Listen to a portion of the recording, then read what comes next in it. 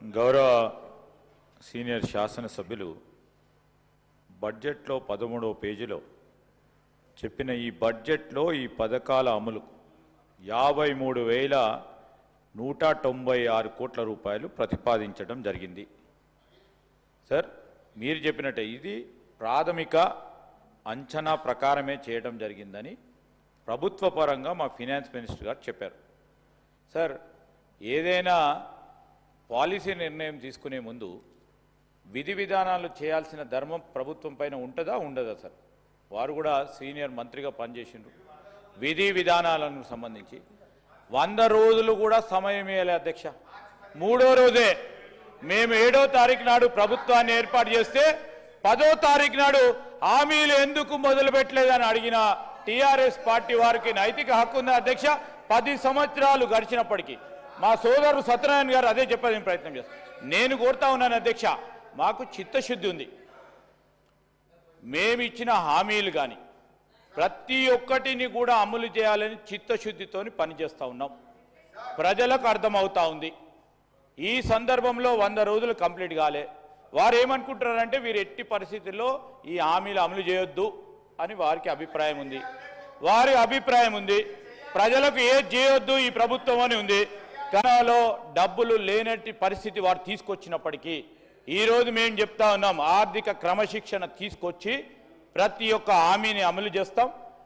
మేము ఏదో ఎన్నికలు వస్తున్నాయని కాదు, ఎన్నికల రాకముందే డిసెంబర్ మాసంలోనే 13 అంశాల్లో 2 ప్రధానమైన హామీలను నిలబెట్టుకున్నాం. ఇంకా 2 హామీలను కూడా మొన్న గవర్నర్ గారి స్పీచ్ ముఖ్యమంత్రి గారు స్పష్టంగా చెప్పడం జరిగింది. ఈ రోజు నుంచి మేము ఈ 2 హామీలను కూడా చేస్తా ఉన్నాం. అంటే ఇంకెన్ని మిగిలి ఉన్నాయి అధ్యక్ష?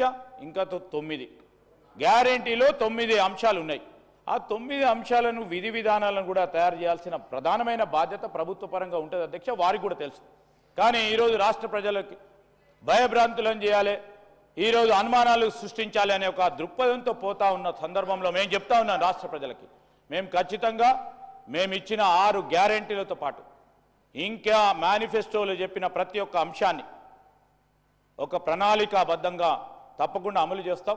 ఎవరికి అపోహలు వద్దని ప్రత్యేకంగా టీఆర్ఎస్ పార్టీకి సంబంధించిన మా గౌరవ శాసనసభ్యులకు అపోహలు ఉండొద్దని మేము కోరుతా ఉన్నాం.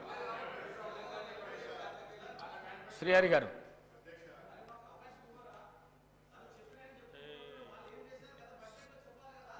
నీకు అవకాశం ఇస్తారు బ్రదర్, నీకు ఇస్తారు. అధ్యక్ష, మేము కాంగ్రెస్ పార్టీ ప్రజలకు ఇచ్చిన హామీలను నెరవేర్చాలనే మేము కోరుకుంటున్నాం. మేము అడ్డుపడాలని ఆలోచన కానీ వాళ్ళు ఎందుకే మాట్లాడుతాను? ఏముందా? ఏమొస్తుందా నీకు? ఏమొస్తుంది? ఏంటి సార్ అది? నువ్వు ఫస్ట్ మొదటిసారి అసెంబ్లీకి వచ్చారు, నేర్చుకోండి. ఎందుకు తొందరపడుతున్నారు? అక్కడ మాట్లాడు, నాతో మాట్లాడు.